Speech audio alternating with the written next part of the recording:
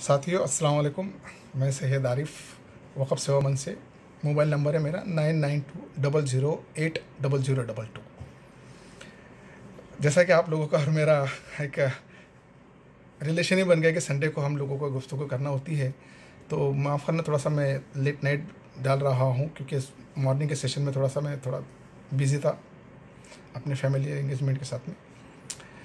तो मुझे कुछ 2-3 दिन पहले वक़फ़ बोर्ड के मेंबर लोगों का मुझे इंटीमेशन आया कि भाई जो संगीन मस्जिद का इशू आपने उठाया आरिफ, उस इशू को हम हेयरिंग लगाने की कोशिश कर रहे हैं आने वाली अपकमिंग मीटिंग के अंदर।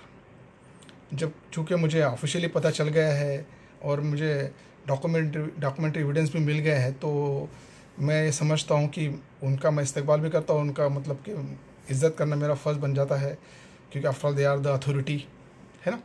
तो मैं आप लोगों से गुजारिश करता हूँ कि आज हम बात करेंगे तो संगीन मस्जिद अम्बेजोगाई की बात नहीं करेंगे, क्योंकि वो अभी अगर मैटर लग जाता है हियरिंग में तो उसके बारे में बात करना गलत हो जाएगा। तो अब चूँकि आपके और मेरे बीच में जो रिलेशन है वो एक वक़फ़ का रिलेशन है संगीन मस्जिद के साथ में। दूसरे भी इश्यूज़ अपने पास में बहुत है साथियों, मेरे पास में बहुत डॉक्यूमेंट्स आते हैं, मैं सबका इस्तकबाल करता हूँ। कोई मुझे अच्छे दिमाग से भेजता है, किसी के दिल में कुछ और होता है, दिमाग में कुछ और होता है। Everybody is welcome, everybody is welcome.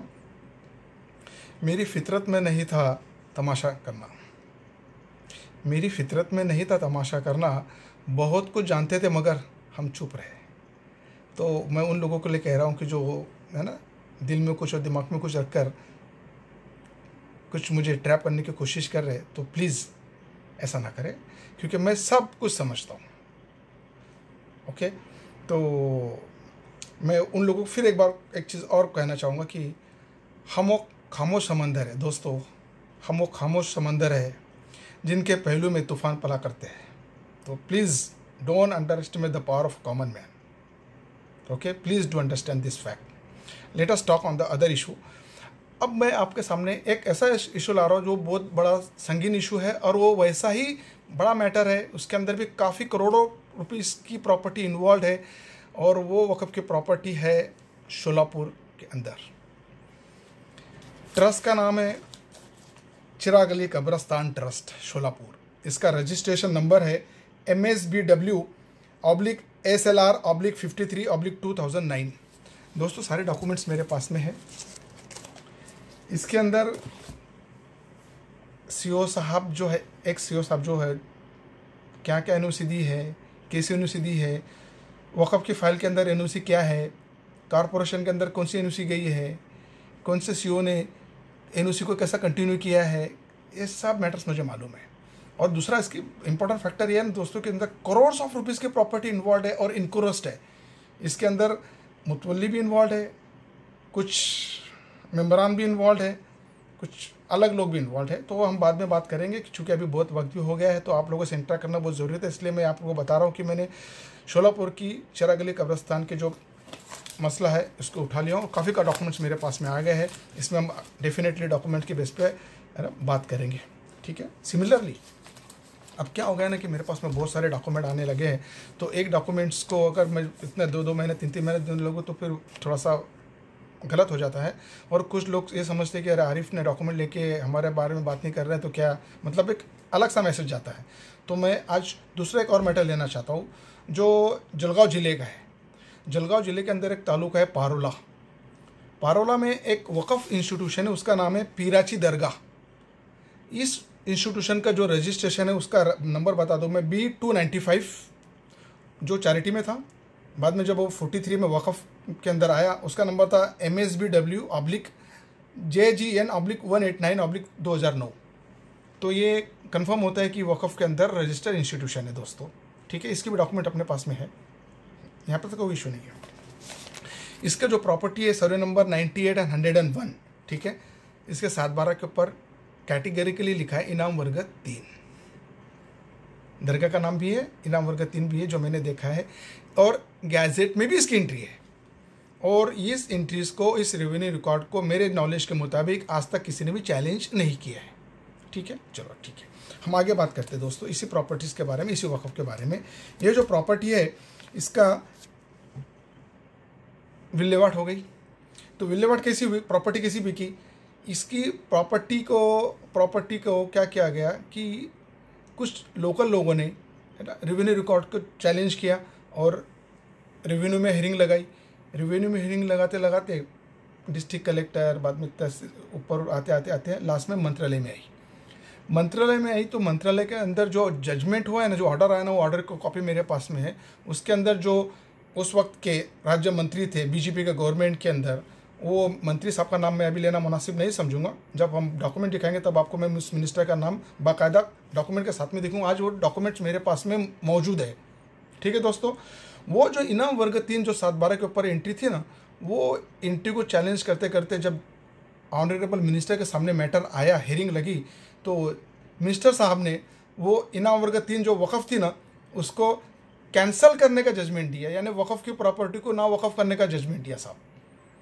उन्होंने जजमेंट कौन से नंबर के तहत दिया और कब दिया मैं आपको बताता हूँ।